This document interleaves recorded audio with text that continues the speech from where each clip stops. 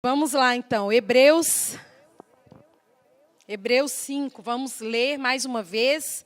Agora nós estamos finalizando, é importante a gente ler e enfatizar mais uma vez esse texto base aqui para o nosso estudo. Hebreus 5, vamos ler a partir do verso 12. Embora já devessem ser mestres pelo tempo decorrido, necessitam, na verdade, de que alguém lhes ensine novamente os fundamentos da palavra de Deus. Precisam de leite e não de alimento sólido. Quem bebe leite ainda é criança e não tem experiência na aplicação da palavra acerca da justiça. Contudo, o alimento sólido é para os maduros, para aqueles cujas habilidades foram treinadas pelo exercício constante, a fim de distinguir tanto o bem quanto o mal. Portanto, deixando as lições iniciais a respeito de Cristo, prossigamos para a maturidade, sem lançar novamente o princípio fundamental do arrependimento das obras que conduzem à morte, da fé em Deus, da instrução acerca de batismos, da imposição de mãos, da ressurreição dos mortos e do juízo eterno. E se Deus quiser permitir, é isso que faremos. Amém, pessoal? Vamos lá, ressurreição dos mortos. Esse assunto de ressurreição dos mortos e juízo eterno está meio que mesclado, misturado, tá?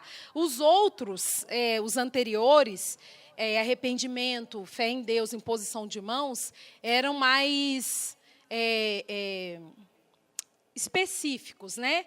Ressurreição dos mortos e juízo eterno, um vai completando o outro, sabe? Na verdade, todos terminam com o propósito da ressurreição dos mortos e do juízo eterno. Mas são dois assuntos que a gente vai ver que são textos que o mesmo texto fala, abrange os dois assuntos. Então, a gente vai caminhar junto aqui na palavra e discorrer sobre isso. O que acontece? Como eu disse no início, eu não sou teóloga, né? Eu nunca fiz teologia, não sou bacharel em teologia. As coisas que eu estou compartilhando são fruto de estudos meus, um estudo pessoal. Eu não recorri a outros livros, a outras coisas. Então, é um ensino simples para te dar uma base para você continuar estudando sobre isso. Amém? Então, nós vamos falar aqui algumas coisas a respeito de Apocalipse e tal. Mas não é num sentido escatológico, tá, gente? A escatologia, vocês sabem, é o estudo das coisas que estão por vir, das palavras proféticas, do final dos tempos. E é um estudo bem complexo. Então, eu não vou entrar em nada a nível de escatologia, tá? Vamos falar a respeito da ressurreição dos mortos, do juízo eterno. Então, são textos bem específicos para a gente absorver esse entendimento básico a respeito desses assuntos. Então, eu te encorajo a nunca parar de estudar isso. Nunca parar de estudar, sabe? Eu acredito que o estudo da escatologia é um chamado de Deus específico para as pessoas.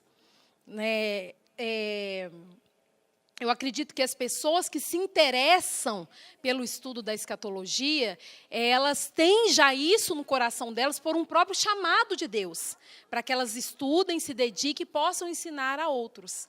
Mas eu não acredito que seja uma coisa que todos nós devemos, assim, sabe, se preocupar enfim,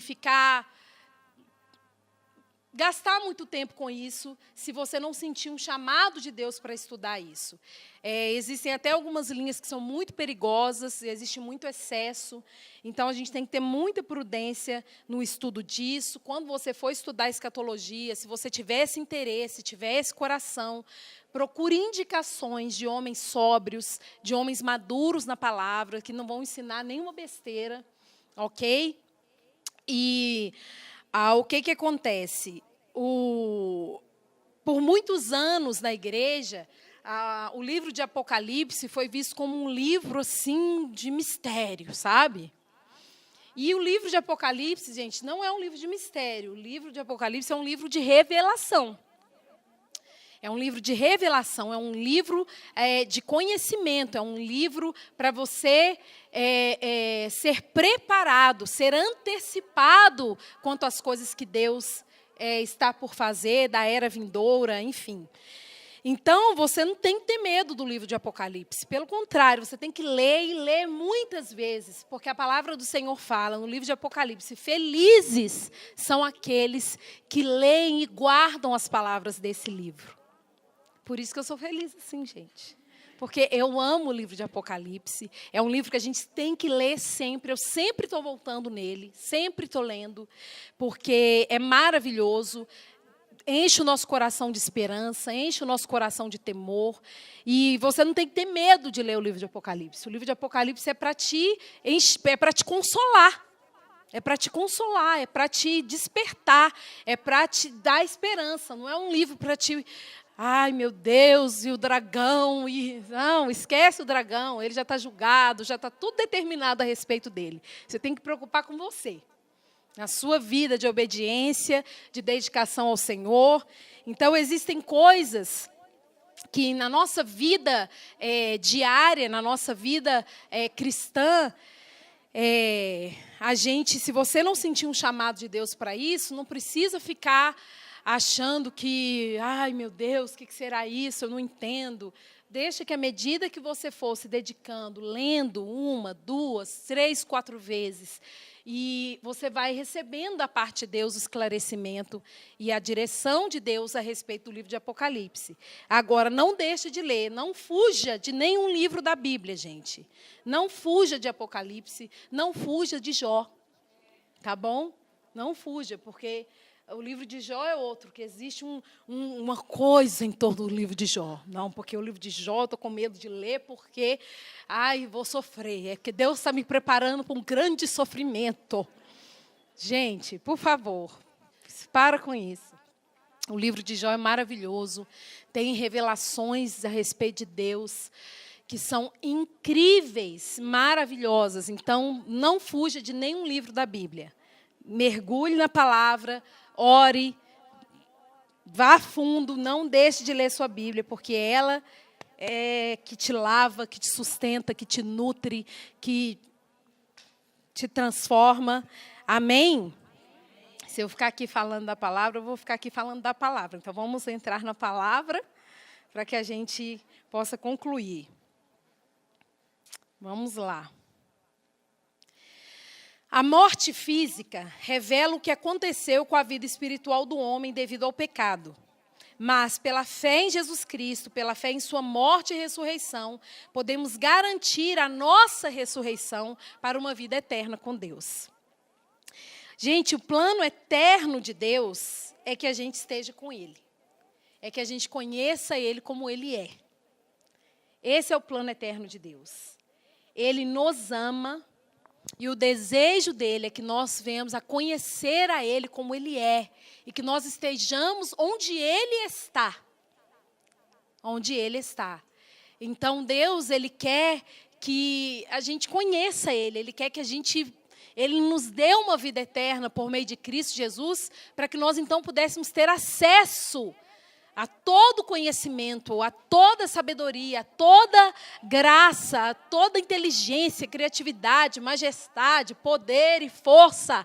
O desejo de Deus é que nós conheçamos Ele como Ele é. Entende? É por isso que Jesus Cristo veio em carne, sabe? Condenou o pecado na carne, viveu como homem, se humilhou num nível mais baixo que alguém em toda a eternidade poderia se humilhar. E Ele morreu por nós. E o propósito da cruz foi que Jesus, então, nos reconciliasse com Deus. Para que nós, então, pudéssemos ter acesso à presença de Deus. Para que nós pudéssemos, então, por meio da vida de Jesus, da obediência, de seguir a Ele, para que nós pudéssemos ser transformados. Para, então, depois de um determinado tempo, nós sermos levados para essa nova era, para um novo estágio, que é, então, essa vida plena realmente com Deus fora desse corpo. Fora desse corpo aqui. Esse corpo vai ficar para trás. Esse corpo vai embora. Então, é claro que a obra de Jesus Cristo, o sacrifício dele, foi perfeito. Por isso nós temos paz nele, por isso ele levou sobre ele as nossas dores, nossas enfermidades. Por isso ele condenou o pecado na carne, foi tentado em todas as coisas e não pecou, para que eles pudessem se identificar conosco e se compadecer das nossas fraquezas. Então, em Jesus, por meio da vida dele, da morte dele, nós obtivemos, então, não só a vida eterna, mas também paz, saúde, provisão, proteção, graça, entende? Mas a obra de Jesus Cristo na cruz, gente, ela não está relacionada com essa vida natural. Entende? Essa vida natural nossa, nesse corpo, nesse plano, ela é só um estágio, ela é só uma preparação. Ela é apenas um pedacinho da eternidade. Entende? Um pedacinho da eternidade. Então, é muito ruim quando as pessoas vão à igreja, buscam a Deus e se relacionam com Deus na maneira delas, apenas pelas coisas dessa vida. E a gente vai ler isso aqui na palavra. Porque, na verdade, o propósito de Deus não é a gente viver bem aqui. O propósito de Deus é a gente estar bem posicionado na eternidade. É a gente ter riquezas eternas. É nós estarmos posicionados o mais próximo possível dele na eternidade. Esse é o propósito de Deus, que nós estejamos com ele, onde ele está, conhecendo a sua glória, fora de toda limitação humana. Esse é o propósito eterno de Deus. Então, o que nos garante isso foi que Jesus ressuscitou. Ele ressuscitou. E esse é um princípio maravilhoso que muitas religiões negam, não acreditam na ressurreição de Jesus Cristo. E ele ressuscitou, ele está vivo. E ele está sentado à direita do Pai, até que todos os inimigos dele sejam colocados debaixo dos seus pés. E é por causa da ressurreição dele que está toda a nossa esperança. Porque se ele ressuscitou e nós estamos nele, nós também ressuscitaremos. Para uma vida eterna com Deus. Para uma vida eterna com Deus. Então, o princípio, gente, da doutrina de Cristo a respeito da ressurreição, na verdade, é a base da nossa razão de ser cristão. Entende? É a razão da gente ser cristão. A gente não é cristão, a gente não segue Jesus, não segue os passos de Jesus. A gente não tem que obedecer a Jesus, que fazer o que ele fez e de tentar ser parecido com ele, por causa dessa vida natural. Mas porque ele ressuscitou e nós também queremos ressuscitar com ele, para então estarmos eternamente com Deus. Esse é o propósito. E então vamos lá, vamos ler algumas referências aí, daquilo que Jesus disse a respeito da ressurreição, Lucas 20. A partir do verso 27. Então, chegaram-se a ele alguns dos saduceus, que negam haver ressurreição. E eles perguntaram-lhe, dizendo, mestre, Moisés escreveu que se morresse o irmão de um homem, tendo esposa, e ele não deixasse filhos, seu irmão tomasse a esposa dele e levantasse descendência ao seu irmão.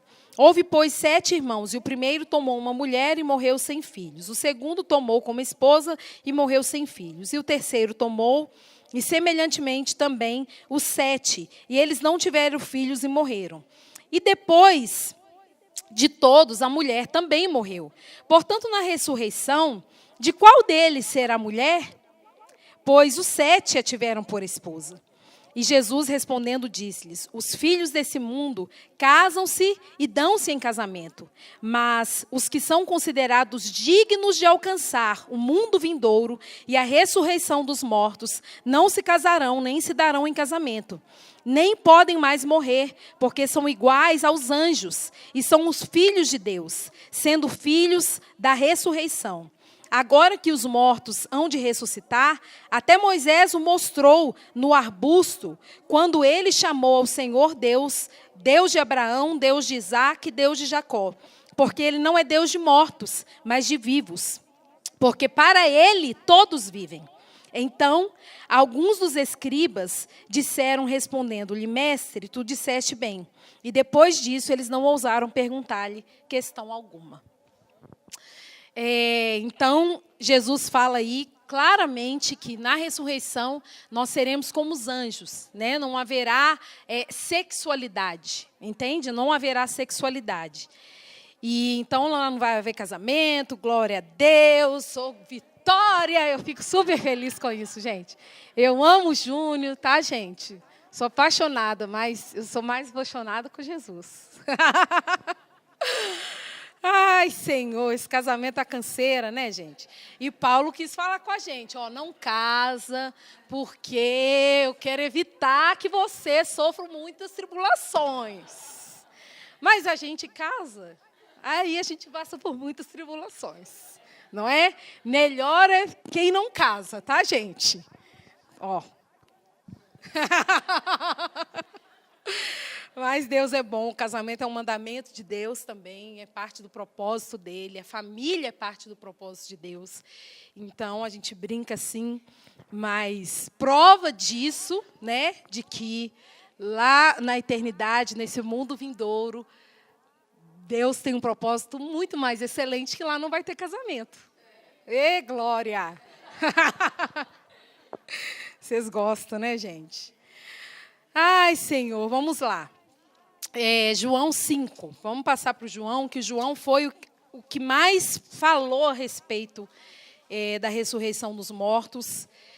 Dos 4 evangelhos, João foi o que mais registrou coisas que Jesus ensinou a respeito da ressurreição dos mortos.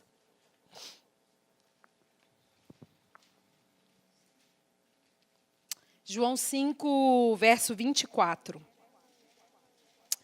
Na verdade, eu vos digo, quem ouve a minha palavra e crê naquele que me enviou, tem a vida eterna e não entrará em condenação, mas já passou da morte para a vida. Na verdade, em verdade, eu vos digo, vem a hora, e agora é, em que os mortos ouvirão a voz do Filho de Deus, e os que a ouvirem viverão. Porque assim como o Pai tem vida em si mesmo, assim deu ao Filho ter a vida em si mesmo. E deu-lhe autoridade para também executar julgamento, porque ele é o Filho do homem. Não vos maravilheis disso, porque vem a hora em que todos os que estão nos sepulcros ouvirão a sua voz, e sairão os que fizeram o bem para a ressurreição da vida, e os que fizeram o mal para a ressurreição da condenação. Ok? Então, que todos vão ressuscitar, gente? Vão ressuscitar. Todo mundo. Alguns para a ressurreição da vida e outros para a condenação eterna. Tá? Então, isso é uma coisa firme, princípio da nossa vida cristã. Princípio da nossa vida cristã. A ressurreição dos mortos, gente, o assunto a respeito da ressurreição dos mortos era, assim, muito presente no discurso dos apóstolos. Paulo, Pedro, Tiago, Tito, Judas, sabe? No Novo Testamento, ali depois dos evangelhos, todos os que escreveram falaram a respeito da vida eterna, da ressurreição dos mortos, sabe? Gente, e hoje se prega muito pouco sobre isso, se ensina muito pouco sobre isso, sabe?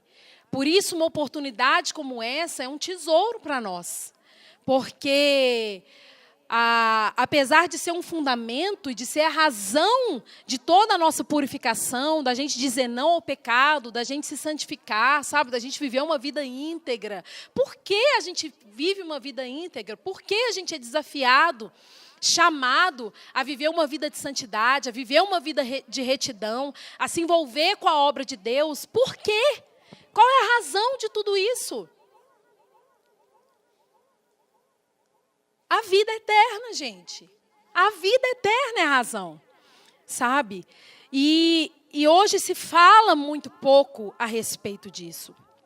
Então, como eu já mencionei aqui anteriormente, a maioria das mensagens hoje, gente, por aí, são mensagens de encorajamento, mensagens de autoajuda, mensagem para a pessoa sair da igreja um pouquinho mais animada, sabe? Encorajada para viver essa vida aqui nesse mundo, entende? E isso é muito raso, gente. Isso é muito raso. Existe um propósito maior, sabe? Vocês veem que quando a gente lê ali Hebreus 11, falando, né, daquela relação ali dos heróis da fé, a palavra fala que eles viram o invisível. Eles esperavam uma pátria superior, uma ressurreição superior, e só por isso eles foram cerrados ao meio, passaram fome, frio, e viveram tudo que eles viveram, porque eles viram além dessa vida natural, eles viram além desse plano natural. Então, se essa esperança não estiver viva e latente no seu coração, a vida cristã se torna muito enfadonha. A vida cristã se torna muito sem sentido. Porque, afinal de contas, você vai viver uma vida de santidade, de pureza, de retidão, se envolvendo com as coisas de Deus. Para quê? Então, o nosso coração precisa estar cheio da esperança, da realidade, gente, da vida eterna com Deus. Porque é isso que tem que te mover. O que tem que te mover é o seu desejo de conhecer a Deus como Ele é o seu desejo de viver a sua vida eterna com Ele, conhecendo a Ele, amando a Ele. Sabe? Isso é muito mais valioso do que qualquer coisa, do que simplesmente você querer ter proteção de Deus para a sua saúde, querer que Ele abra uma porta de emprego, querer que Ele cuide de você, da sua família, sabe? E isso tem que ser infinitamente maior do que o seu medo de ir para o inferno. A gente não busca Deus, gente, porque a gente tem medo de ir para o inferno. O inferno não foi feito para nós, o inferno foi feito para o diabo e os seus anjos. O inferno não foi feito para o homem. A vida eterna foi feita para o homem. Jesus morreu na cruz para que o homem pudesse então ter acesso, entrar nessa vida eterna. Sabe? Então, existem pessoas que são tão medíocres no espírito de religiosidade que elas querem viver uma vida ali certinha, elas têm medo de Deus, têm medo de ir para o inferno, sabe? Então, tem muita gente que busca a Deus, na verdade, porque tem medo. E medo e Deus não combina, gente. Sabe? A gente tem que buscar a Deus por causa de Deus, por quem Ele é. Colocar todo o nosso coração nele, tudo que nós somos nele. E ter essa esperança gloriosa de ver a Ele como Ele é, de conhecer a Ele como Ele é, de viver toda a eternidade para ouvir dEle, para receber dEle, fora dessa limitação humana, da nossa alma, de dor, de aflição, gente. Deus quer levar a gente para um nível tão sobremodo excelente que não tem como descrever, sabe? Então é isso que tem que mover a sua vida cristã. É isso que tem que ser a razão do seu esforço, da sua dedicação, do seu empenho, sabe? Da sua entrega. E não o contrário, não outras coisas, ok? Vamos lá então, João 6. Passa aí um pouquinho, esse capítulo é maravilhoso. Meu Deus, eu amo João 6. Nós somos pessoas alegres porque Jesus foi ungido com óleo de alegria. João 36, a partir do verso...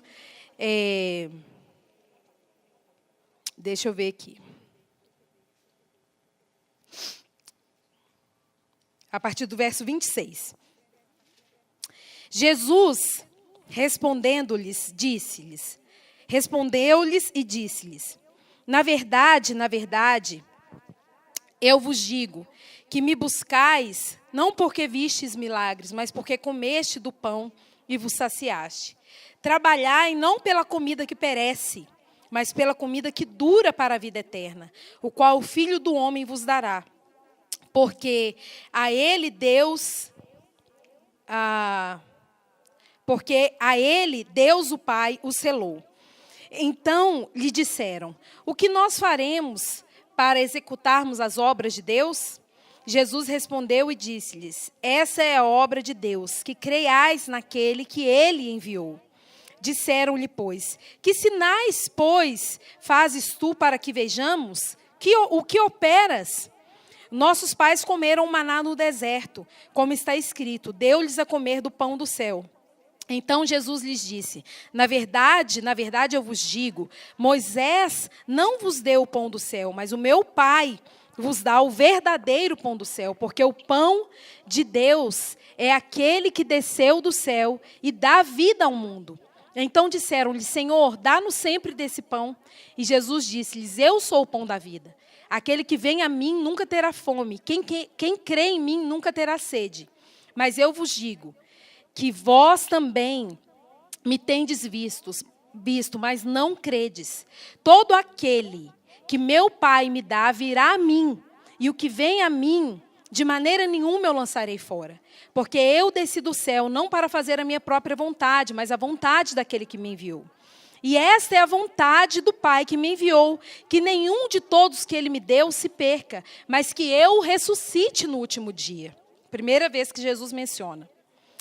E esta é a vontade daquele que me enviou, que todo aquele que vê o Filho e crê nele possa ter a vida eterna, e eu ressuscitarei no último dia. Segunda vez. Então os judeus murmuravam dele, porque ele dissera: eu sou o pão que desceu do céu. E eles diziam: não é esse Jesus, o filho de José, cujo pai e a mãe nós conhecemos? Como? Ele então diz: eu desci do céu? Portanto, Jesus respondendo, disse-lhes: não murmureis entre vós. Nenhum homem pode vir a mim se o Pai que me enviou não o trouxer. E eu ressuscitarei no último dia. Terceira vez. Então, está escrito nos profetas: e eles serão todos ensinados por Deus. Portanto, cada homem que ouviu e aprendeu do Pai vem a mim. Não que algum homem tenha visto ao Pai, senão aquele que é de Deus. Esse tem visto ao Pai. Na verdade eu vos digo, aquele que crê em mim tem a vida eterna. Eu sou o pão da vida. Os vossos pais comeram maná no deserto e morreram. Esse é o pão que desceu do céu, para que o homem que dele comer não morra. Eu sou o pão vivo que desceu do céu. Se algum homem comer desse pão, ele viverá para sempre. E o pão que eu der é a minha carne, que eu darei pela vida do mundo. Portanto, os judeus discutiam entre si, dizendo: como poderia nos dar esse homem sua carne para comer? Então Jesus lhes disse: na verdade eu vos digo, se não comerdes a carne do Filho do Homem e não beberdes o seu sangue, não tereis vida em vós mesmos. Quem come a minha carne e bebe o meu sangue tem a vida eterna, e eu ressuscitarei no último dia. Quarta vez, vocês veem que só num discurso Jesus menciona sobre a ressurreição 4 vezes, só numa... pouquinho. Onde que estamos, gente? 55. Porque a minha carne verdadeiramente é a comida, e o meu sangue verdadeiramente é a bebida. Quem come a minha carne, bebe o meu sangue, permanece em mim e eu nele. Assim como o Pai vive e me enviou, eu vivo pelo Pai. Assim, quem de mim se alimenta também viverá por mim. Esse é o pão que desceu do céu. Não é o caso dos vossos pais, que comeram maná e morreram. Quem comer desse pão viverá para sempre. E essas coisas ele disse, ensinando na sinagoga em Cafarnaum. Ok, gente? Essa palavra aqui é maravilhosa. E é claro, gente, que quando a gente lê isso aqui, Nós, dessa dispensação, a gente já lê e a gente já entende um pouco o sentido espiritual daquilo que Jesus estava falando. Mas o povo que estava ouvindo aquilo, gente, parecia para eles loucura. Você vê que eles falam, como que ele está falando que a gente vai comer a carne dele? Então, gente, para eles era uma coisa assim, louca. Tanto que eles pegam pedra aqui para matar Jesus, essa hora, se você continua lendo o texto. O povo fica enlouquecido. E daí, o que acontece? Gente, esse é todo o propósito de Deus. Jesus falou, olha, quem crê naquele que o Pai enviou, esse vai ter a vida eterna. E eu vou ressuscitar ele no último dia. E ele vai falando, eu sou o pão vivo que desceu do céu. Você precisa permanecer em mim, você precisa estar em mim, você precisa se alimentar de mim, você precisa me conhecer, você precisa me ter, você precisa estar em mim e eu preciso estar em você, para que eu possa te ressuscitar no último dia. Então, gente, isso é a base do nosso relacionamento com Jesus. É conhecer a Ele, é permanecer nele, deixar Ele viver em nós, crescer em nós, operar em nós, para que nós sejamos parte, sabe, dessa obra eterna de Deus. Amém? Então, esse texto é delícia, pãozão do céu. Jesus é o nosso pãozão do céu, né, gente? Não tem nada melhor do que Ele.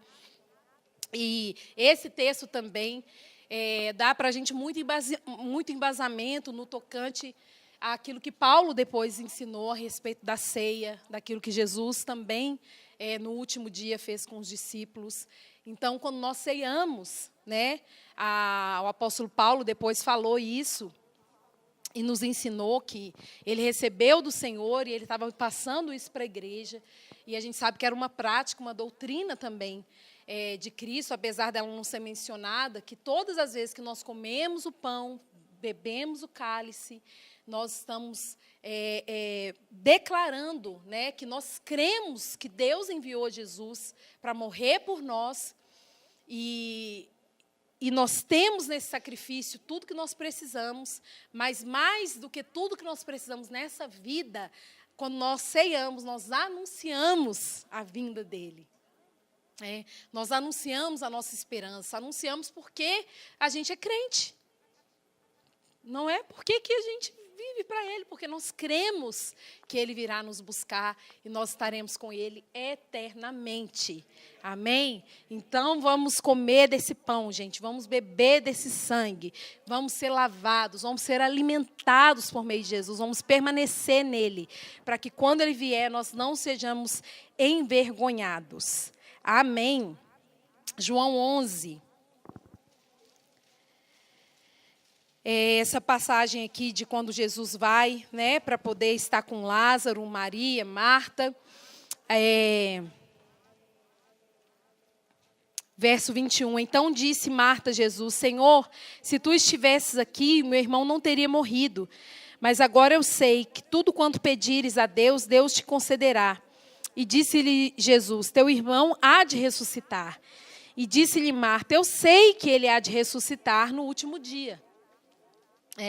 Então, vocês veem que Jesus, ele amava, a palavra fala que Jesus amava Lázaro, Marta e Maria. E fica muito claro que, quando a palavra fala que Maria quedava-se aos pés de Jesus, ouvindo os seus ensinamentos. Então, Jesus ensinou para eles a respeito da ressurreição. E então, naquele momento que Jesus fala com a Marta, Marta, seu irmão vai ressuscitar. Ela fala, eu sei, Senhor, que no último dia ele vai ressuscitar. Entendeu? Mas aí Jesus falou, eu sou a ressurreição e a vida. Quem crê em mim, ainda que esteja morto, viverá. Eu sou a ressurreição e a vida. E todo aquele que crê, e todo aquele que vive e crê em mim, nunca morrerá. Crês tu? E disse-lhe ela, sim, Senhor, eu creio que tu és o Cristo, o Filho de Deus, que há de vir ao mundo e tal. Então, eu gosto de enfatizar esse texto, porque Jesus ali, ele estava manifestando o poder dele, e ele tinha esse poder, né, para ressuscitar os mortos, mas ele pode fazer isso hoje. Então, ele vai fazer isso no último dia, ele pode fazer isso hoje, se isso for o propósito dele. A gente sabe que na vida dele, e até hoje, né, pessoas são usadas para que mortos ressuscitem. E eu espero que alguns de nós possam, quem sabe, ressuscitar um mortinho aí, né? Não vai ficar nada mal para nós, né, gente? Vamos ler o texto, que é o texto mais completo que fala a respeito de ressurreição dos mortos. Quem aqui sabe? O capítulo da ressurreição, alguém sabe? 1 Coríntios 15, gente. 1 Coríntios 15 é o capítulo da ressurreição. Nunca mais se esqueçam disso. É o texto que dá a gente mais embasamento, que nos dá mais resposta a respeito da ressurreição. A gente vai ler bastante, então não perca nada, é um texto longo, a gente precisa ler, porque existem muitas dúvidas a respeito de ressurreição dos mortos, e Paulo aqui foi muito usado por Deus para poder trazer esclarecimento sobre isso, ok?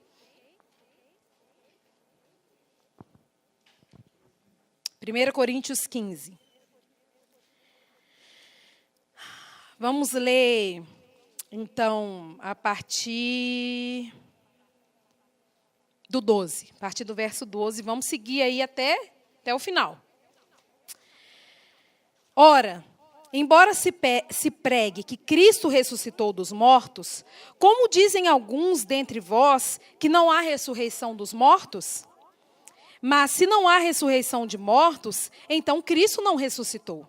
E se Cristo não ressuscitou, então é vã a nossa pregação e também vã a nossa fé. Aí, gente, eu quero que vocês entendam que isso aí já é a base de tudo. É o que eu estou falando aqui para vocês. Se Cristo não ressuscitou, acabou. Acabou para nós, vamos embora, vamos cair na vida aí, ó. Não faz sentido a vida cristã, a pregação, a fé em Deus, se não há ressurreição. Entende?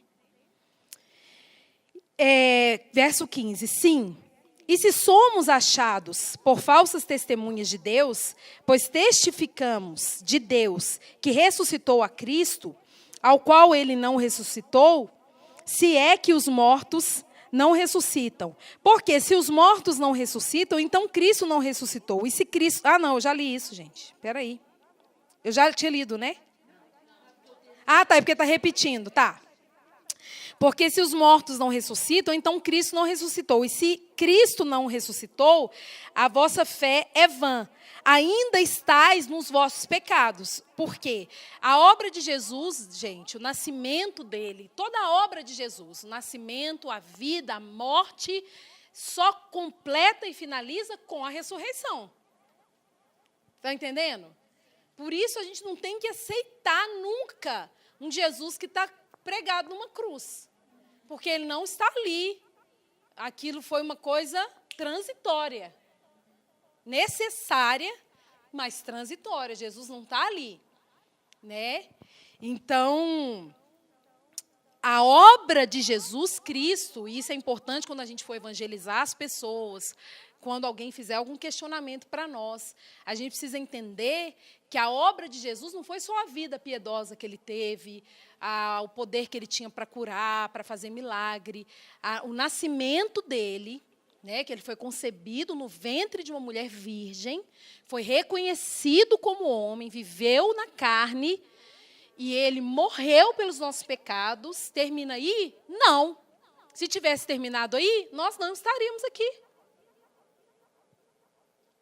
O que conclui a obra de Jesus Cristo é que ele ressuscitou. Amém? Por isso é um princípio tão importante para nós. Agora o verso 18. E também os que dormiram em Cristo pereceram. Se apenas nessa vida temos esperança em Cristo, somos os mais miseráveis de todos os homens.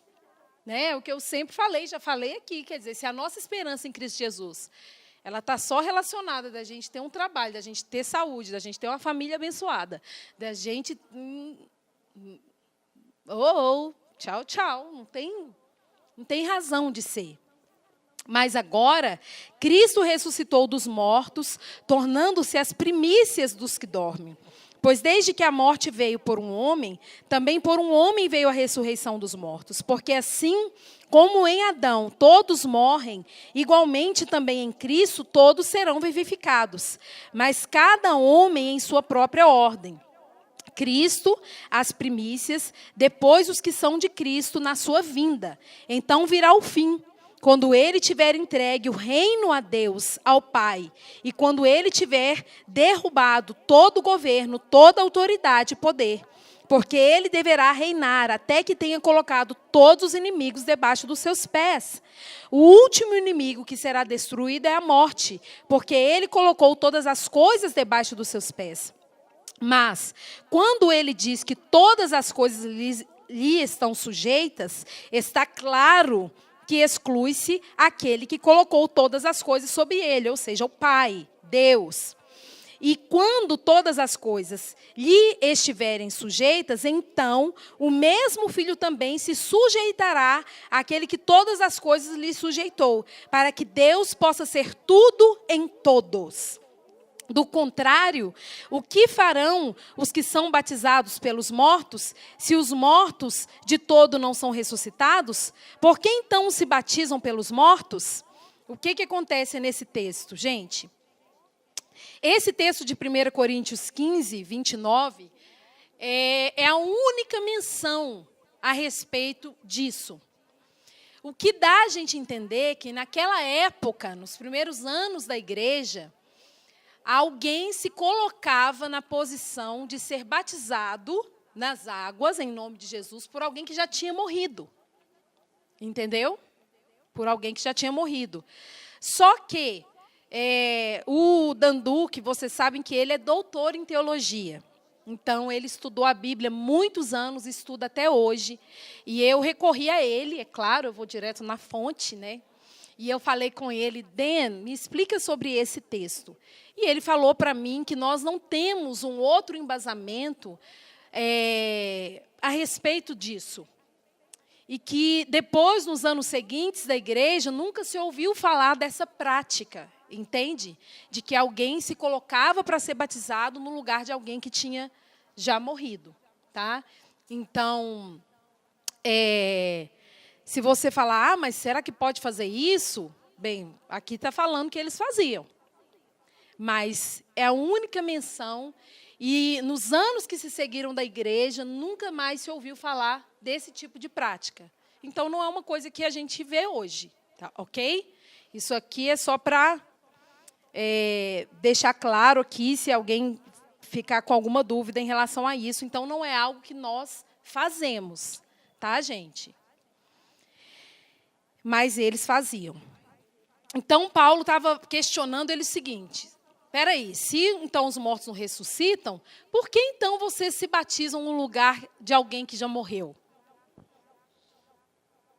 Não faz nenhum sentido. Então, Paulo está chamando eles para uma reflexão a respeito da ressurreição.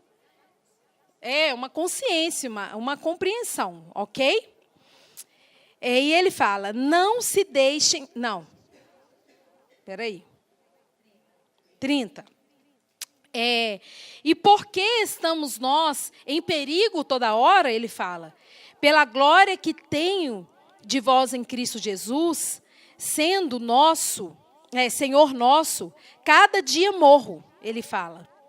Se da maneira do homem eu lutei contra animais em Éfeso, que vantagem tenho se os mortos não são ressuscitados? Comamos e bebamos, pois amanhã morreremos.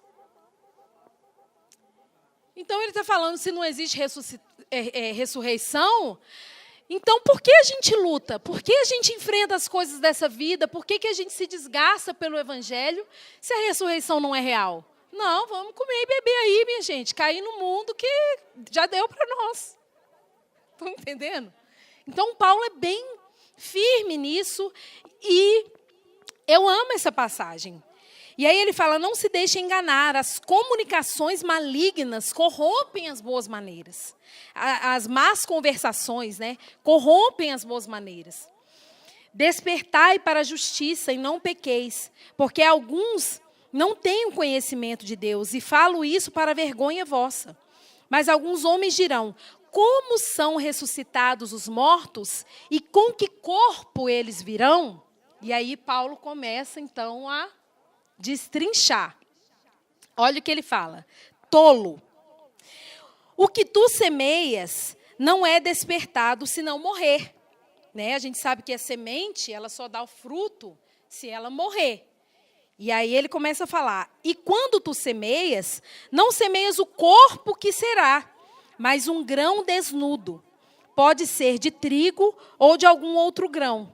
Mas Deus dá-lhe o corpo como lhe agrada, e cada semente o seu próprio corpo.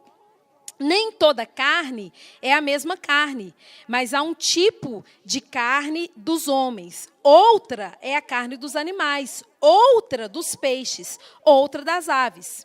Há também corpos celestes, corpos terrestres, mas a glória dos celestes é uma, a glória dos terrestres é outra. Há uma glória do sol, a glória da lua, outra glória das estrelas, porque uma estrela difere de outra em glória. Assim também, olha só, gente, a chave é a ressurreição dos mortos. É semeado o corpo da corrupção e ressuscitado um corpo incorruptível. Ok? É semeado em desonra e ressuscitado em glória.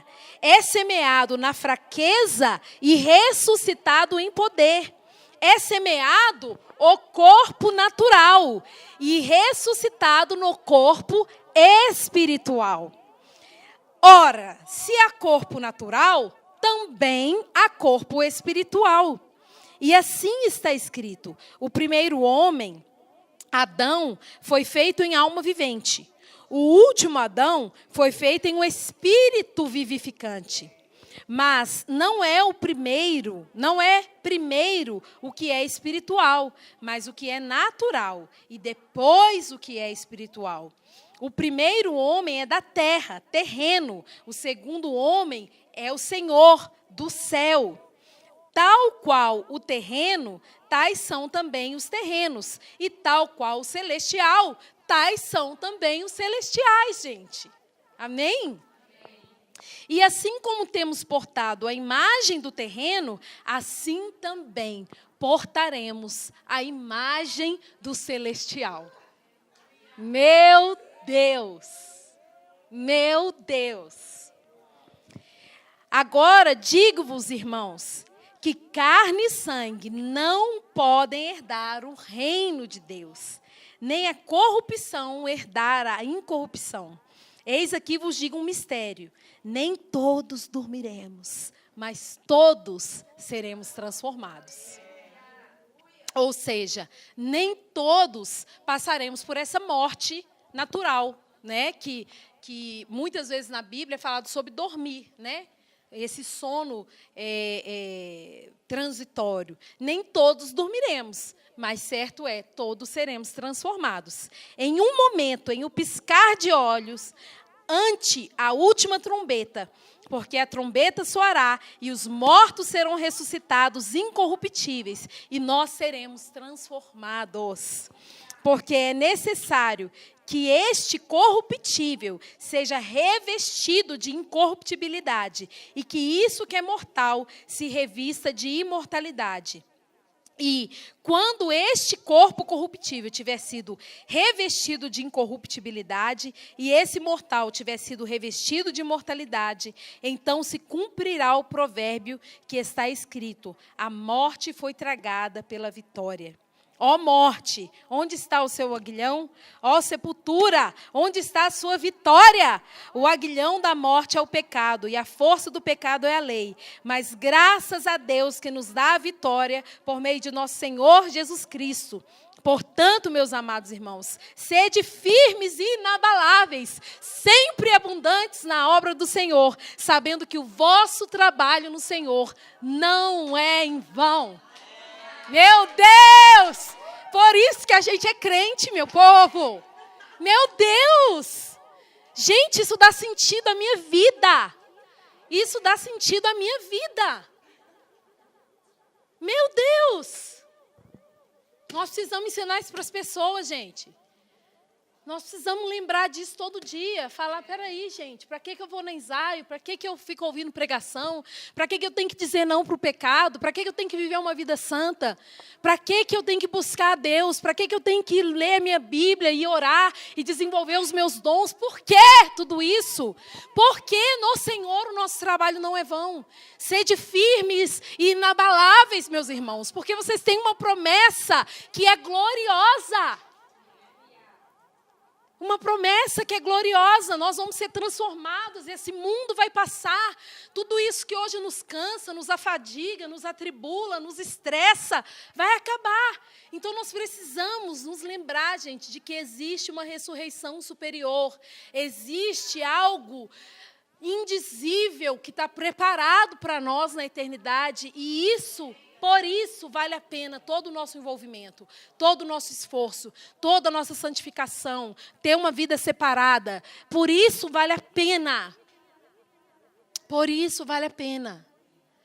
Então, ele fala, irmãos, olha, sede firmes, sede inabaláveis. Não deixa as coisas dessa vida abalar quem vocês são em Deus. Não deixa. Não percam o foco, não percam a razão pela qual vocês servem a Deus.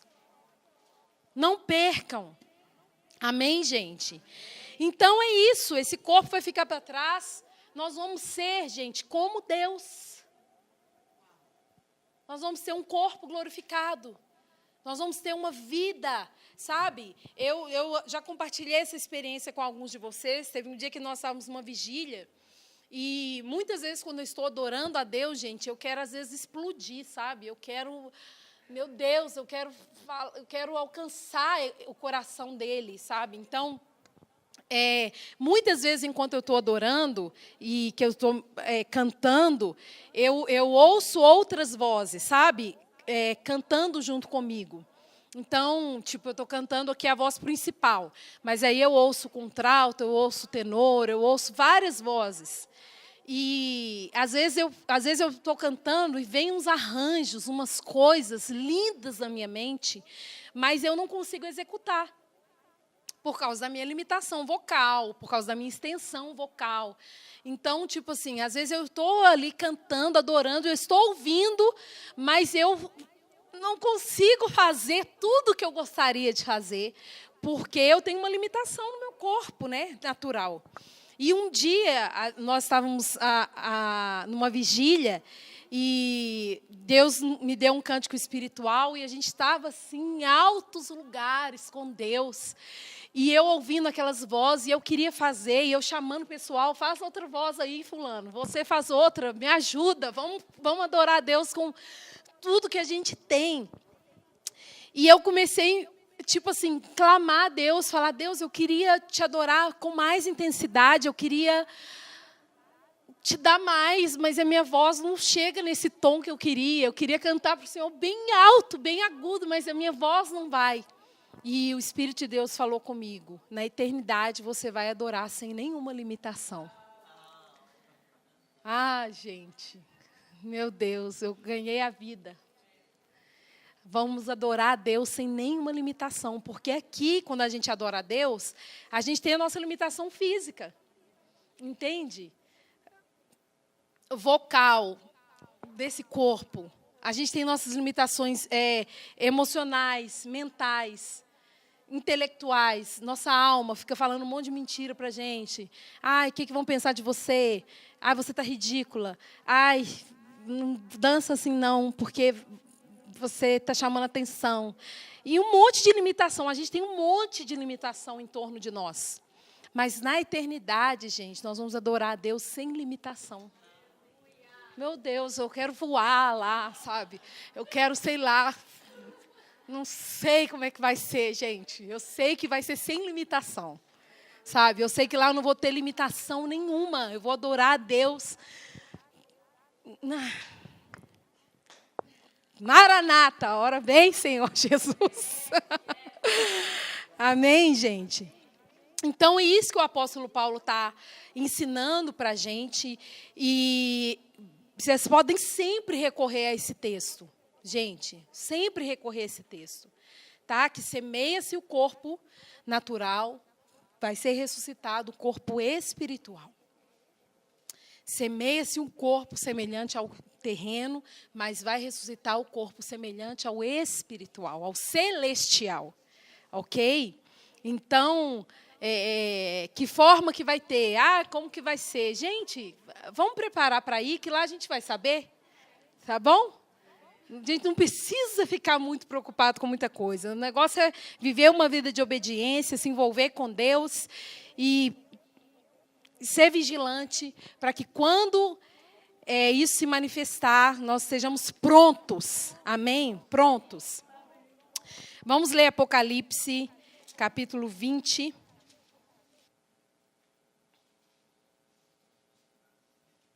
Quero só ler uma referência aqui. Não precisa abrir, não. De Atos 24, 14, que diz: entretanto, isso eu admito. Adoro o Deus de nossos pais de acordo com um caminho. Continuo a crer em todas as coisas de acordo com a lei e todos os escritos dos profetas. Mantenho a minha esperança em Deus, o que eles também aceitam, de que haverá a ressurreição de justos e de injustos. Na verdade, é por causa dela que sempre mantenho a minha consciência limpa diante de Deus e dos homens. Então, o apóstolo Paulo está falando, repetindo, enfatizando algo que Jesus já tinha falado, que haverá ressurreição para justos e injustos, tá? Então, isso é importante a gente lembrar e pensar. E ele fala, por causa dessa ressurreição, é que eu mantenho a minha consciência limpa diante de Deus e dos homens. Tá, gente? Então, vamos lá. Apocalipse 20. O verso 1.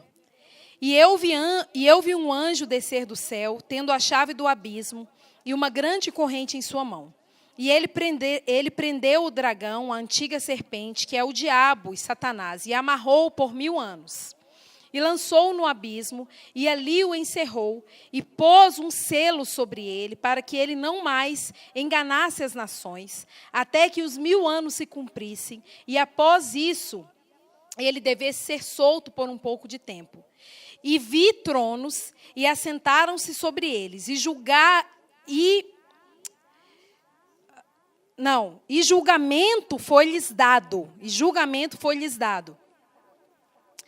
E vi as almas daqueles que foram decapitados pelo testemunho de Jesus e por causa da palavra de Deus, e que não haviam adorado a besta, nem a sua imagem, nem haviam recebido a sua marca, e em suas testas ou em suas mãos. E eles viveram e reinaram com Cristo durante 1000 anos. Mas os demais mortos não reviveram, até que os 1000 anos findassem. Essa é a primeira ressurreição. Abençoado e santo é aquele que tem parte na primeira ressurreição. Sobre estes, a segunda morte não tem poder. Mas eles serão sacerdotes de Deus e de Cristo e reinarão com ele 1000 anos. E quando completarem-se os 1000 anos, Satanás será solto da sua prisão e sairá para enganar as nações que estão nos 4 cantos da terra, Gog e Magog, para as ajuntar em batalha, cujo número é como a da areia do mar. E eles subiram sobre a largura da terra e cercaram o arraial dos santos e a cidade amada. E de Deus desceu o fogo, saiu do céu e os devorou. E o diabo que os enganava foi lançado no lago de fogo e enxofre, onde estão a besta e o falso profeta, e serão atormentados dia e noite para sempre. E eu vi um grande trono branco, e aquele que estava sentado sobre ele, de cuja face a terra e o céu fugiram, e não se achou lugar para eles. E eu vi os mortos, pequenos e grandes, em pé diante de Deus. E os livros foram abertos. E outro livro foi aberto, que é o livro da vida. E os mortos foram julgados pelas coisas que estavam escritas nos livros, de acordo com as suas obras. E o mar entregou os mortos que nele havia, e a morte e o inferno entregaram os mortos que nele havia, e eles foram julgados, cada homem de acordo com a sua obra. E a morte e o inferno foram lançados no lago de fogo. Esta é a segunda morte. E todo aquele que não foi encontrado escrito no livro da vida foi lançado no lago de fogo. Então, pessoal, eu quero falar com vocês aqui um pouco sobre essa ordem da ressurreição.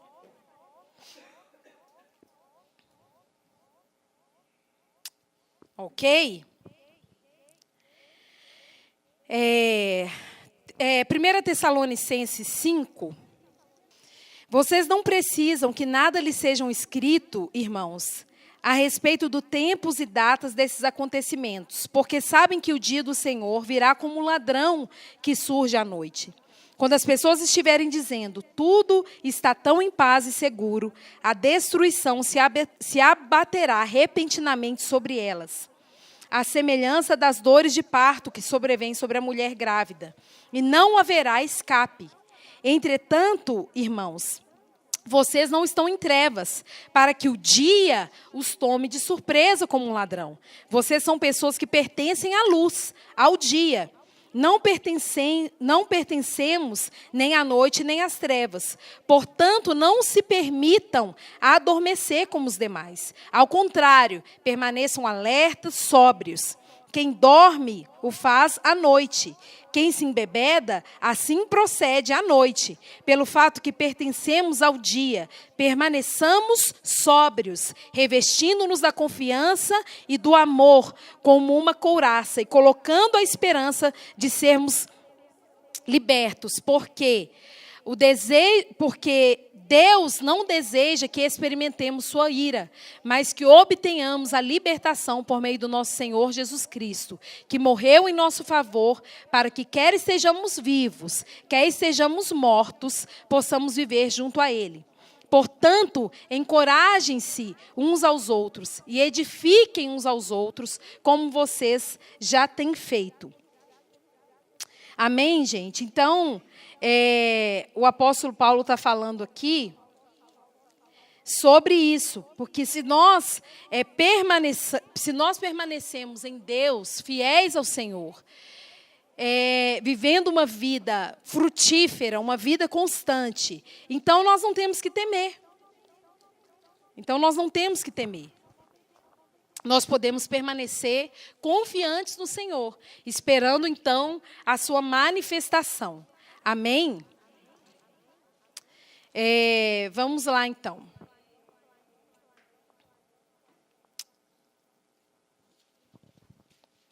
A ordem da ressurreição de Deus, né, que está proposta para nós. Muita gente tem dúvida disso e eu quero trazer aqui rapidamente uma base em relação a isso. Ressurreição para a vida é a ressurreição dos cristãos. Essa é a ressurreição dentre os mortos, que é mencionada várias vezes. Os incrédulos, aqueles que não creem em Deus, não terão parte nessa ressurreição. Que em Apocalipse, como nós lemos aqui, é mencionada a primeira ressurreição, né? A primeira ressurreição. E esse texto ainda afirma que tem parte na primeira ressurreição, que os que têm parte na primeira ressurreição não estarão sujeitos à segunda morte. Então a ordem será essa: primeiro, Jesus se manifesta, a trombeta soa, nós lemos isso lá em 1 Coríntios 15, né? O soar da trombeta, então Jesus vem. E ponto 2, os cristãos, aqueles que amam Jesus, que se entregaram a Ele, serão ressuscitados primeiro. Então, primeiro aqueles que estavam mortos ressuscitarão primeiro, depois aqueles que estão vivos se encontrarão com Ele nos ares. É aqui o 4 de 1 Tessalonicenses. Eu quero ler aqui.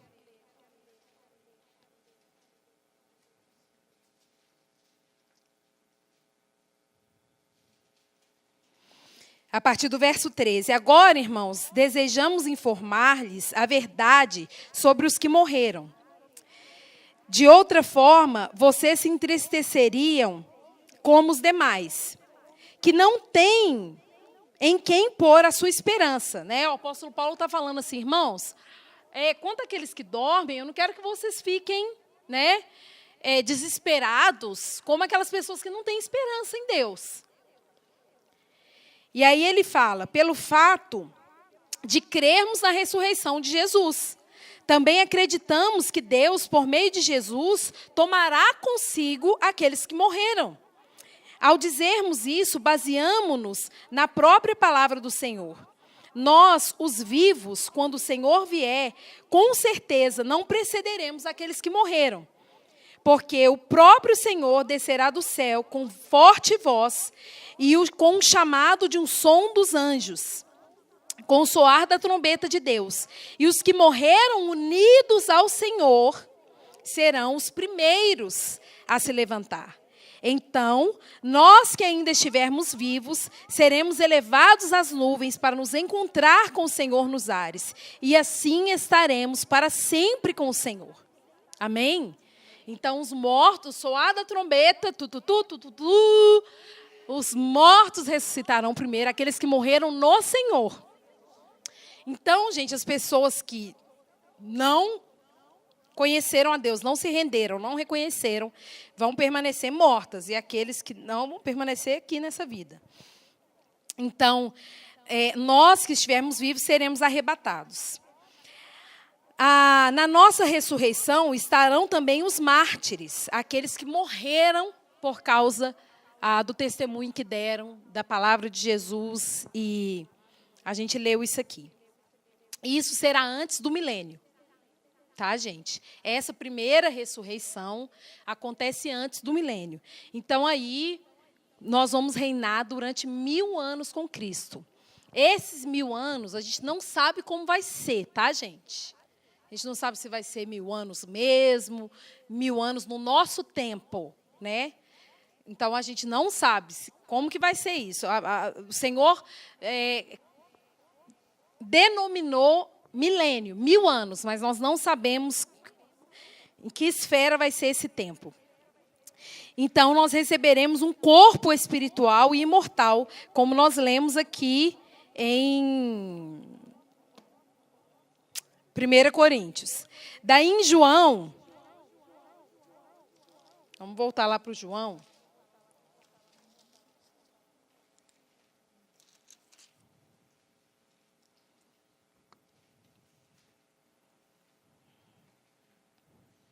João 19, perdão. –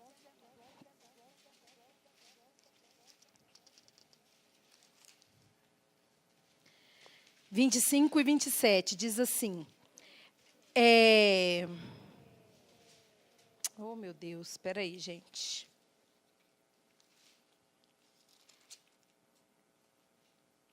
Quero ler 2 textos aqui. E junto à cruz... Quero saber se é isso mesmo. E junto... Não, é porque eu estou tentando entender por que eu quero ler isso. Que às vezes a gente coloca uma coisa, mas depois a gente não consegue entender. Não, vamos pular esse. Vamos passar para o outro. Vamos passar aqui para o Romanos. Romanos 8.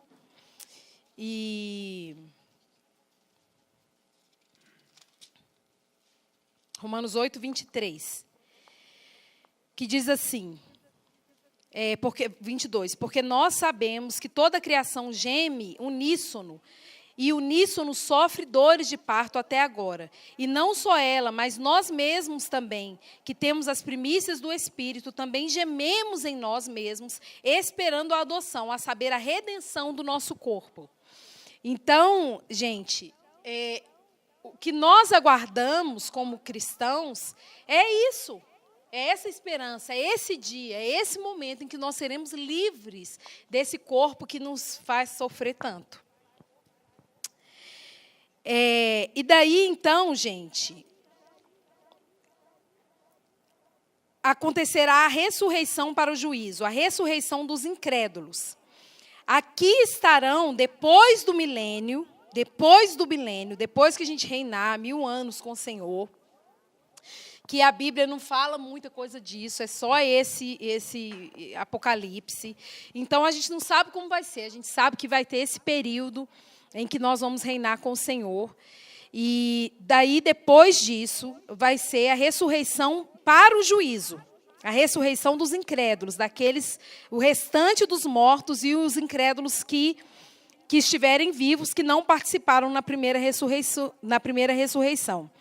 Isso acontecerá em um certo período de tempo após a ressurreição dos santos. Será juízo, porque eles não creram no Evangelho. Então, a palavra diz, ontem eu li esse texto, Marcos 16, aquele que não crer será condenado. Então, depois do milênio, vem essa ressurreição para o juízo. Então, nessa ressurreição do juízo, todo mundo, de todos os séculos, de todas as gerações, serão apresentados diante do Senhor e para esse julgamento. Nós temos a segurança da vida eterna e a esperança da imortalidade por meio de Jesus Cristo. Então, nele nós temos essa esperança. E porque ele ressuscitou, então nós também ressuscitaremos com ele.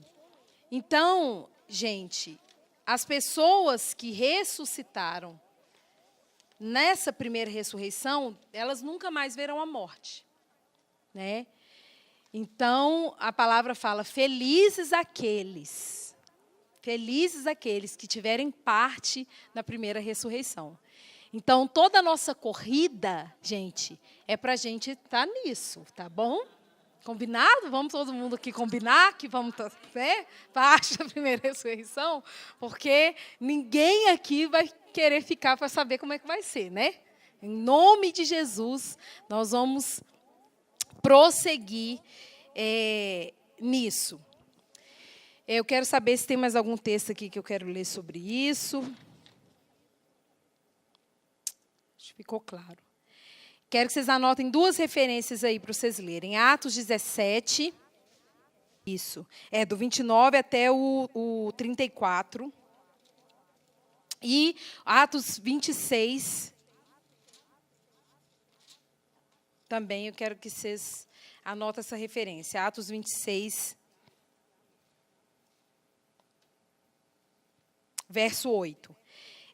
Pode ler todo o contexto aqui. Na verdade, Paulo está falando sobre a ressurreição de Jesus, que por causa dessa ressurreição, no discurso dele, na defesa dele com o rei Agripa, ele fala, a ressurreição dos mortos é a razão de eu estar sendo julgado. A razão de eu ser preso, a razão de todo esse tumulto em volta de mim, é porque eu creio na ressurreição dos mortos, é porque eu vivo por isso, para alcançar isso. Então, na defesa dele, ele fala sobre isso, e eu queria deixar isso também registrado aqui, ok? Sobre o juízo eterno. O juízo eterno se refere ao juízo, né, a sentença que Deus já deu por toda a eternidade, revelada na sua palavra. E essa sentença de Deus, esse juízo de Deus, gente, não sofrerá alterações, tá? Ele vai nos julgar, vai julgar o mundo, vai julgar os anjos, vai julgar tudo. E aqui em Apocalipse a gente tem, né, uma prévia do que vai ser isso, mas vai ser uma surpresa. O juízo eterno acontece por causa de quê? Por que o juízo? Por causa das nossas más obras, por causa da incredulidade. Eu já falei isso lá no princípio, porque Deus deu um testemunho a respeito do seu Filho, Jesus, de que aquele que crê, né, que Deus enviou a Jesus, este será salvo. Então, aquele que não crer no testemunho de Jesus, no testemunho de Deus, a respeito de Jesus, será condenado. Então, essa é uma das razões do juízo, por causa da incredulidade. Por causa da rebeldia contra Deus. Eu já falei isso também inicialmente. Vocês sabem que ali em João... Está calor, né, gente? É só eu que estou sentindo calor? João diz assim, João 3. Vamos, gente? Cadê as folhinhas balançando?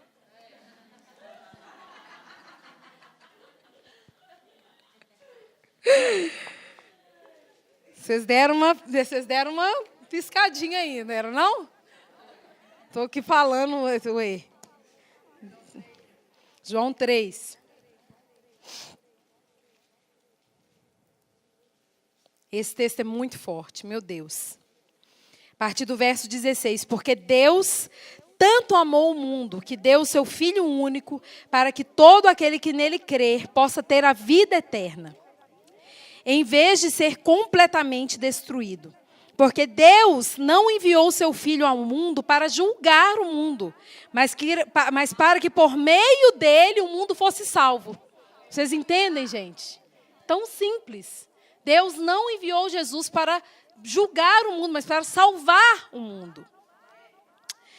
E os que confiam nele, os que creem nele, não são julgados. Quem não crê já foi julgado, por não ter crido naquele que é o Filho único de Deus. E este é o juízo, guarda isso, gente.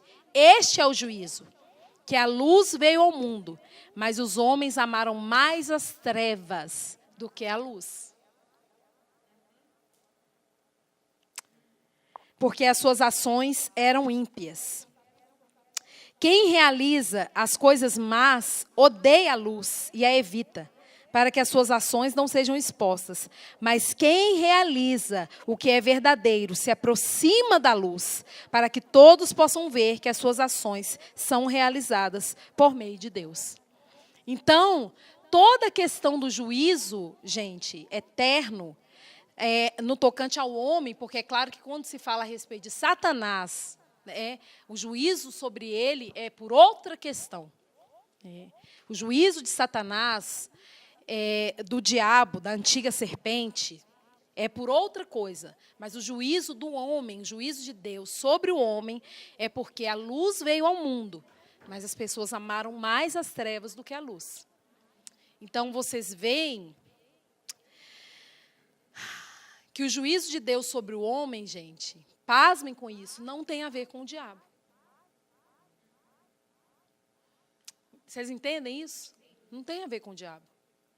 Tem a ver com Deus.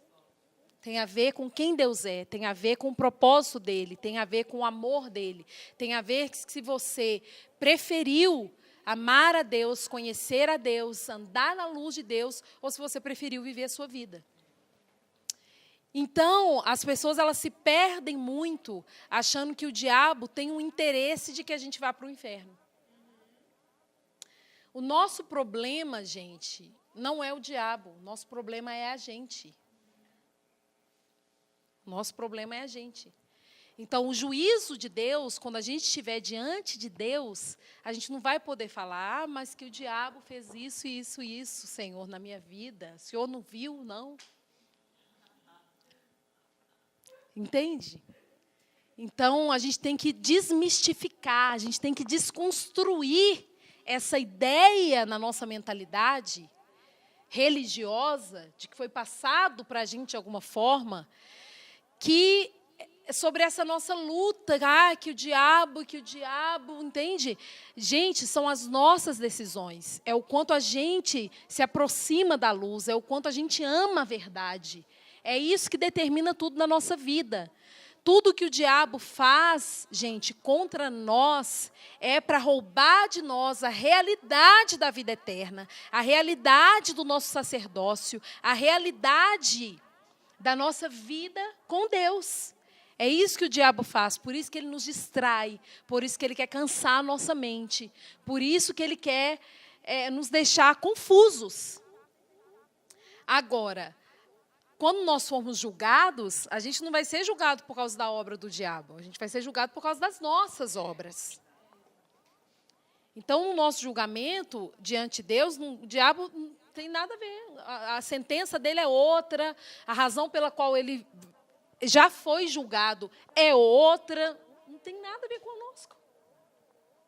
Vocês entendem isso?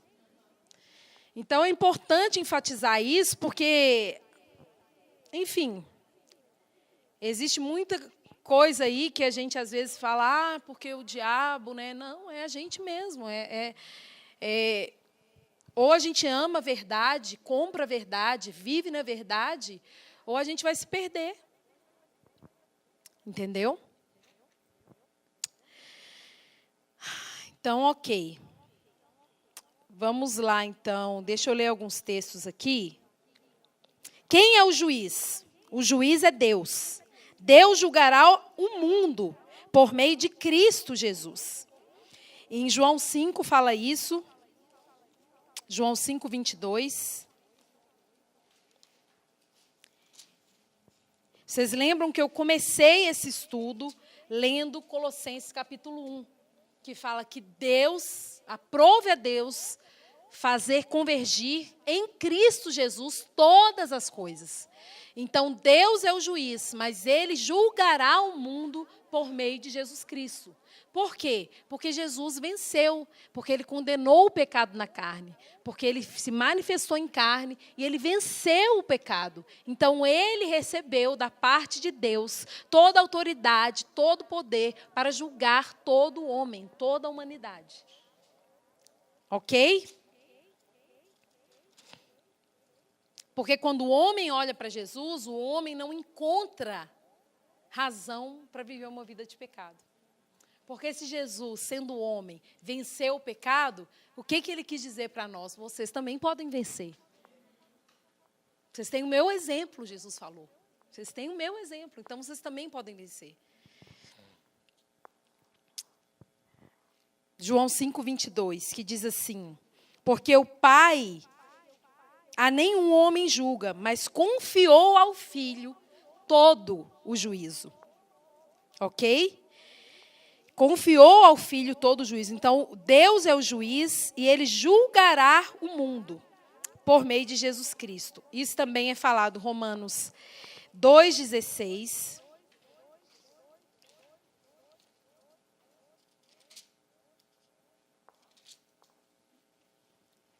No dia em que Deus julgar por meio de Jesus Cristo os segredos dos homens, conforme o meu evangelho. Então, é por meio de Jesus Cristo que o mundo será julgado, que nós seremos julgados, que todos serão julgados. Então, olha para vocês verem como é que é forte, gente. Vamos voltar lá no João 12.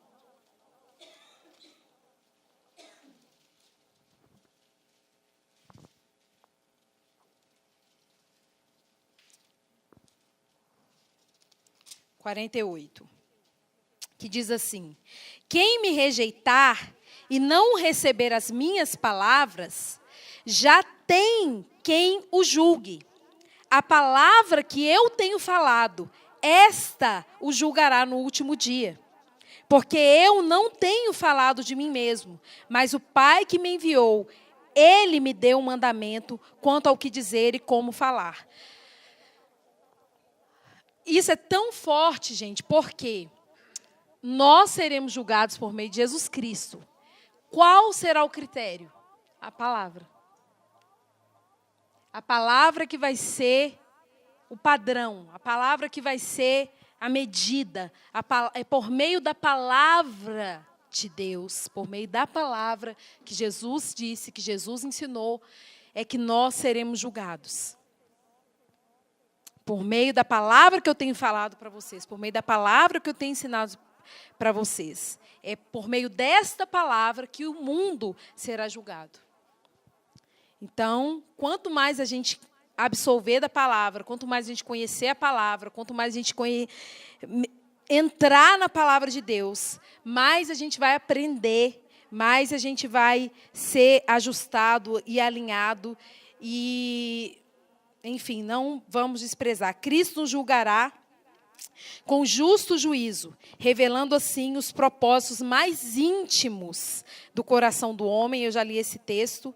Em Hebreus 4 também fala sobre isso, eu quero mencionar aqui.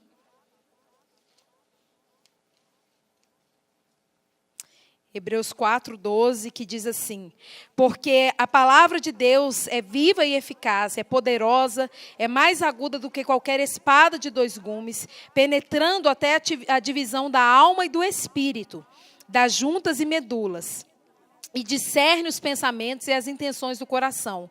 E não há criatura alguma que não se manifeste à sua vista. Porém, todas as coisas estão nuas e abertas aos olhos daquele a quem temos de prestar contas. Ok? Então, a palavra, ela expõe tudo. A Bíblia, ela aponta vários juízos que classificam também o juízo do passado, o juízo do presente, o juízo do futuro. O juízo do passado foi realizado por meio da cruz, por meio de Cristo Jesus. Né, os pecados, a morte de Jesus condenou o mundo e salvou os cristãos. O mundo jaz no maligno. Nossos pecados foram julgados e condenados. E Jesus recebeu a punição no nosso lugar. Ele recebeu a punição que era nossa. Então, por meio de Jesus Cristo, nós estamos livres de uma condenação. Então, a natureza pecaminosa do homem, Cristo condenou. Ele condenou a natureza pecaminosa do homem. Ele condenou na cruz. Ele condenou o pecado na carne. E por isso que Paulo afirmou: olha, eu morri com Cristo. Agora não sou eu quem vivo, é Cristo que vive em mim. Então, quanto mais a gente se aproximar de Cristo, quanto mais a gente estar com Ele, mais a gente vai receber dessa revelação e desse entendimento. Em relação ao diabo, a gente já sabe, ele já foi julgado, a gente leu ali, ele vai ser lançado no lago de fogo e enxofre para sempre. A sentença dele já foi determinada. Essa é a diferença entre nós e ele. Entendeu? Porque o diabo, ele já foi julgado. Isso vai se manifestar. Né? Isso vai se manifestar. Mas o juízo eterno dele já foi... Nada vai mudar isso. Nada vai mudar isso, gente. Nada vai mudar isso. Agora, nós ainda não. Nós ainda... estamos aqui no nosso processo, porque Deus é bom, porque Ele nos ama, porque o desejo dEle é que todos nós chegamos ao arrependimento para a salvação. Esse é o desejo de Deus. Então, enquanto existe vida no homem, não importa a condição em que o homem esteja, enquanto existe vida no homem, ainda existe oportunidade de salvação, existe oportunidade de arrependimento. Esse é o desejo de Deus. Deus não tem prazer, gente, na morte de alguém fora de Cristo. Deus não tem prazer. O desejo de Deus é que todos sejam salvos, é que todos cheguem ao arrependimento, é que todos cheguem ao pleno conhecimento de Jesus Cristo, seu Filho. Então, Ele quer que a gente evite essa condenação. Então, as nações serão julgadas, os anjos serão julgados. E a palavra fala também que nós julgaremos os anjos. Vocês sabem disso. E vocês sabem que também existe um nível de julgamento que é nos dado a oportunidade, que é aqui. Vocês lembram que quando o apóstolo Paulo fala, em 1 Coríntios 11, quando está compartilhando a respeito da ceia, ele fala, se nós julgássemos a nós mesmos, nós não seríamos julgados. Então, gente, como nós podemos julgar a nós mesmos? Pelo mesmo instrumento que Jesus vai nos julgar, por meio da palavra de Deus. Então, gente, nós precisamos aprender por meio da palavra, por meio do Espírito, a julgar a gente mesmo. Porque quanto mais, gente, a gente for julgado aqui, menos a gente vai ser julgado na eternidade. Então, quando nós somos repreendidos, quando nós somos exortados, quando a palavra de Deus é ministrada a nós e nós somos disciplinados e corrigidos, isso é a oportunidade de Deus para que a gente se arrependa e para que a gente se conserte enquanto a gente ainda está no caminho. Porque se a gente não aprender a julgar nós mesmos por meio da palavra de Deus, quando o Espírito de Deus nos convence do pecado, então isso vai ficar registrado. E quando nós nos apresentarmos diante de Deus, então ali a gente vai ser julgado. Então o que é melhor, gente? Não é melhor a gente julgar a gente mesmo logo? Hein? É melhor, gente. É melhor a gente se acertar logo, é melhor a gente caminhar em retidão logo, é melhor a gente se arrepender logo, é melhor a gente admitir logo. Entende? Porque isso vai nos dar a oportunidade de arrependimento. Agora, se a gente fica desprezando a disciplina, desprezando a oportunidade de arrepender, desprezando a exortação, gente, isso está sendo contado. Isso está sendo contado e nós vamos ter que prestar contas diante do Senhor por isso. Entendeu? Então, todo mundo, toda a criação, gente, será julgada por Deus. Israel será julgado. Também é uma outra questão a respeito do juiz eterno. E o julgamento do povo de Israel é um julgamento bem específico. Não é? E nós que somos gentios não temos parte nisso, mas a palavra deixa clara que existe um julgamento específico que vai ser dado para eles. Depois, o que eu quero fazer com vocês? Quem quiser, quem se interessar, eu vou fazer uma correção e vou adicionar algumas coisas aqui nessa minha apostilinha. E depois vocês podem ter isso por e-mail, tá bom? Eu posso enviar por e-mail algumas coisas para que vocês possam continuar estudando. Porque agora mesmo eu tenho aqui uns 50 referências para ler, mas eu sei que a gente não consegue ver tudo. Então, a gente leu em Apocalipse 20 também o julgamento dos incrédulos, daqueles que não têm parte na primeira ressurreição. O diabo e os seus anjos serão julgados. Isso depois do milênio. O diabo e os seus anjos serão julgados. Os incrédulos serão julgados. E aqui, de acordo com o registro das obras que estarão nos livros. Tá bom, gente? A gente leu isso também em Apocalipse 20, vocês lembram? Então, ali, todos nós vamos prestar contas diante de Deus. Existe também um julgamento que eu não posso deixar de mencionar. Vamos abrir aí em 1 Coríntios.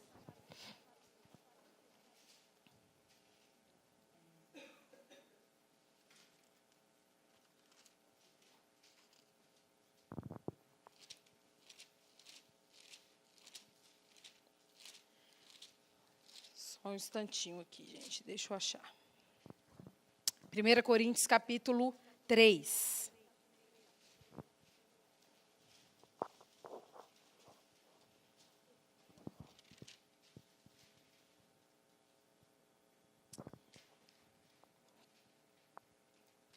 Paulo era tão profundo nos seus ensinamentos, gente, ele foi um homem tão inspirado por Deus, ele foi tão dedicado de formar Cristo nas pessoas, o ensino dele era tão profundo, que quando ele exorta a igreja de Corintos ali, que eles estavam com confusão ali nos dons, com situação de pecado na igreja, ele fala assim, não precisa abrir não, só escutem, 1 Coríntios 6. Como ousa um de vocês, que tem uma queixa contra o outro, dirigir-se aos juízes pagãos e ao tribunal e não ao povo de Deus?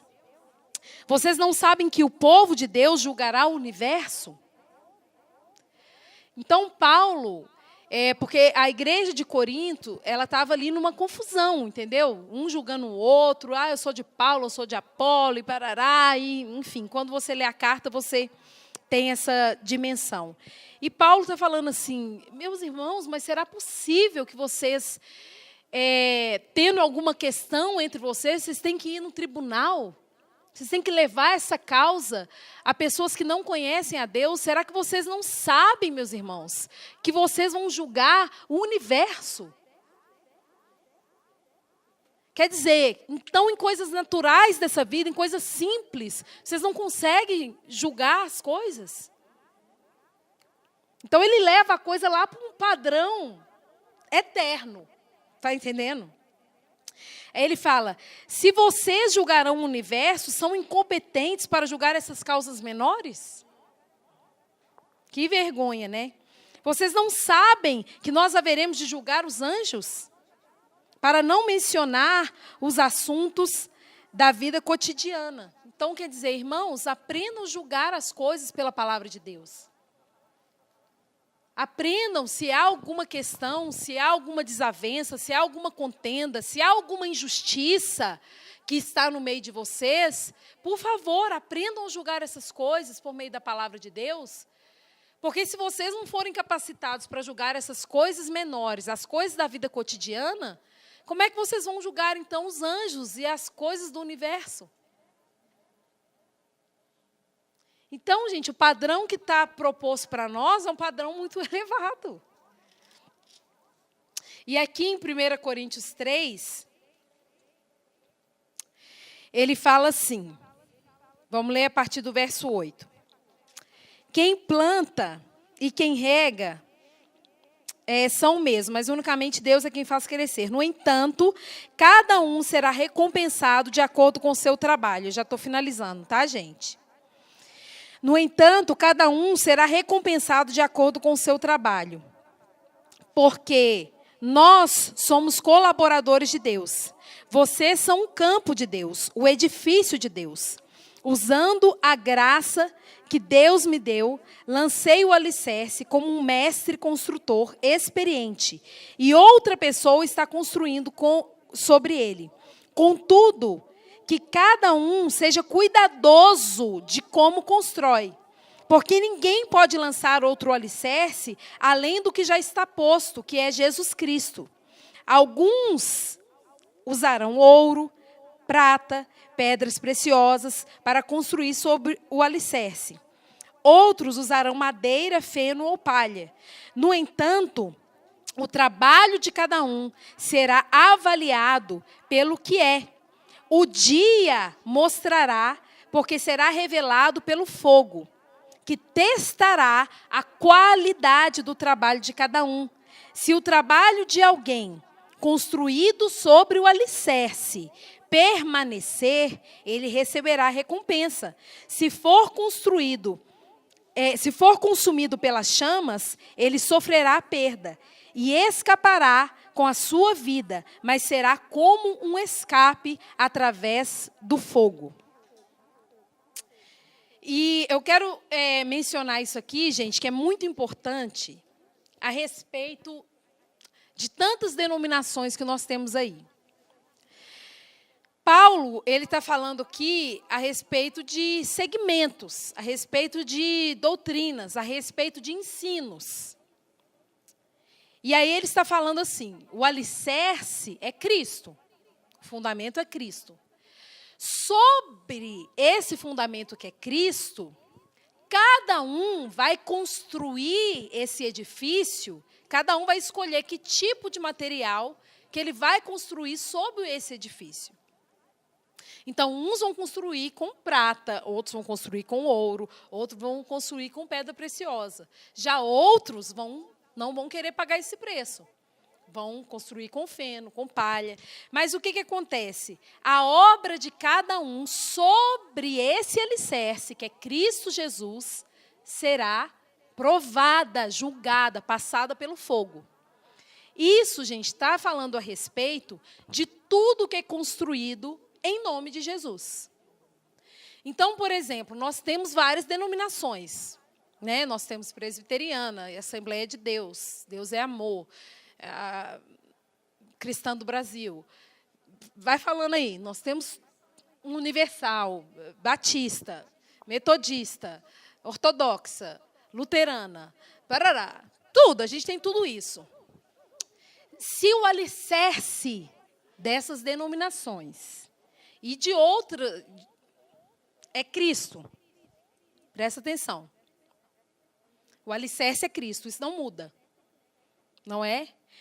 Agora, sobre esse alicerce, cada um desses segmentos está usando um tipo de material para construir esse edifício espiritual.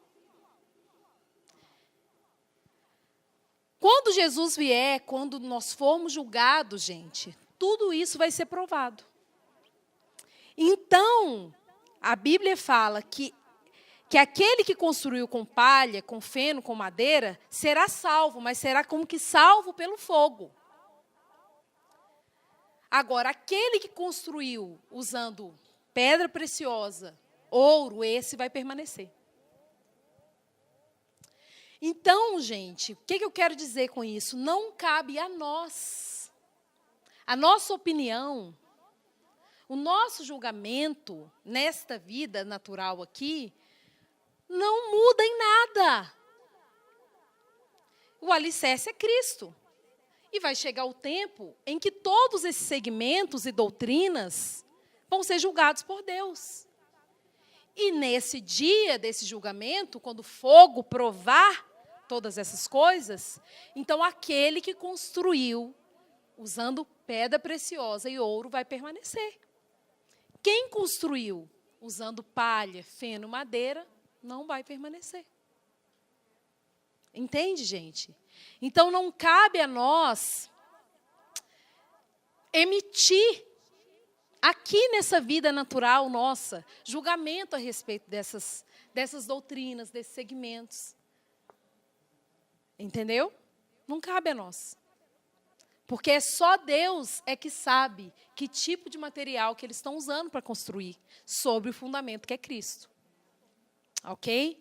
Então, que nós venhamos a cuidar de nós mesmos, para a gente se certificar de que a gente está pagando o preço que é necessário para não fazer a nossa construção sobre Cristo usando palha, nem madeira e nem feno. O nosso trabalho tem que ser de comprar ouro refinado, para a gente ter certeza de que aquilo que a gente está construindo vai permanecer.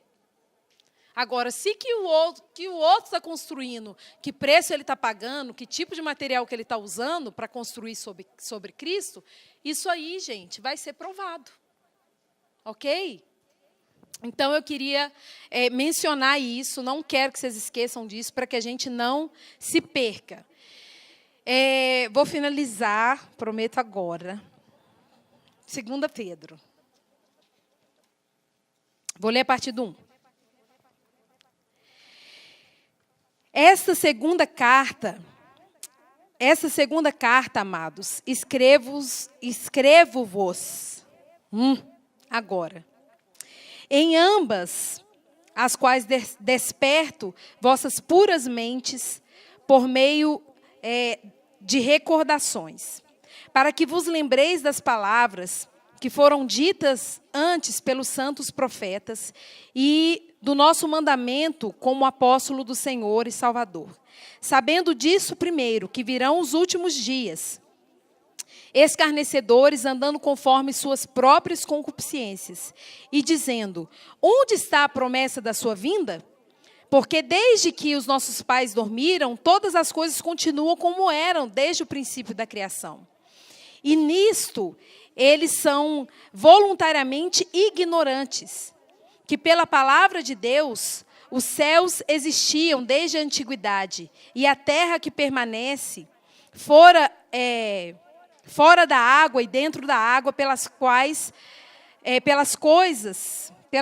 coisas o mundo que existia pereceu coberto em água. Mas os céus e a terra, que existem agora, pela mesma palavra, estão reservados para o fogo, até o dia do juízo. e da perdição dos homens ímpios. Mas, amados, não ignoreis uma coisa, que um dia para o Senhor é como 1000 anos, e 1000 anos como um dia. O Senhor não é tardio a respeito da sua promessa, ainda que alguns a tenham por tardia, mas Ele é longânimo para conosco, não querendo que nenhum se perca, senão que todos cheguem ao arrependimento. Mas o dia do Senhor virá como um ladrão de noite, no qual os céus passarão com grande estrondo, e os elementos hão de se derreter com um calor intenso, e a terra e as obras que nela há se queimarão. Visto que todas essas coisas se dissolverão, que pessoas devíeis ser em toda a santa maneira de viver e piedade, aguardando e apressando-vos para a vinda do dia de Deus, quando os céus em fogo hão de ser dissolvidos e os elementos, ao calor intenso, se derreterão. Mas nós, de acordo com a sua promessa, aguardamos novos céus e nova terra, onde habita a justiça. Por isso, amados, visto que aguardamos essas coisas, sede diligentes, para que por elas sejais achados em paz, sem mácula e irrepreensíveis. E considere que a longanimidade do nosso Senhor é a salvação, como também o nosso amado irmão Paulo, segundo a sabedoria que lhe foi concedida, vos escreveu. Com todas as suas cartas, fala sobre essas coisas, nas quais algumas são difíceis de entender, que os ignorantes e instáveis deturpam, e como fazem também com as outras escrituras, para a sua própria perdição. Vós, portanto, amados, visto que sabeis dessas coisas de antemão, cuidai, para que não vos deixeis levar pelo erro dos ímpios, e acabeis caindo da vossa própria firmeza. Porém, crescei na graça e no conhecimento do nosso Senhor e Salvador Jesus Cristo. A Ele seja dada a glória, tanto agora como para sempre. Amém. Amém, gente? Então, aqui Pedro, ele está lembrando a gente, falou, olha, as pessoas, elas querem julgar, elas querem falar, mas Jesus está demorando a voltar, né? Essa promessa da vinda dele e tal. Mas mesmo que alguns a julguem tardia, nada disso é verdade, porque na verdade a longanimidade de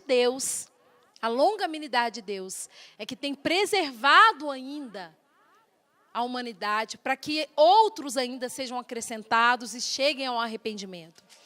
Então, ele está falando, meus irmãos, visto que nós temos essa promessa gloriosa da vida eterna, então que cada um cuide para não ser achado em falta, que cada um, então, permaneça apressando a vinda de Jesus, esperando e apressando. Então, permaneçam firmes, não deixe que nada engane vocês. Porém, cresçam na graça e no conhecimento. Olha como ele acaba essa carta, gente. Cresçam na graça e no conhecimento de Cristo Jesus. Para que vocês não sejam levados, para que vocês não sejam enganados nesses últimos tempos. Porque virão muitas coisas, muitas mentiras, muito engano. Vai crescer cada vez mais sobre a terra. Mas se nós permanecermos firmes, crescendo no conhecimento de quem é Jesus, guardando-nos, nos purificando de todo mal, então, no dia em que Ele se manifestar, nós não seremos envergonhados. Nós seremos transformados para uma vida eterna com Ele. Amém?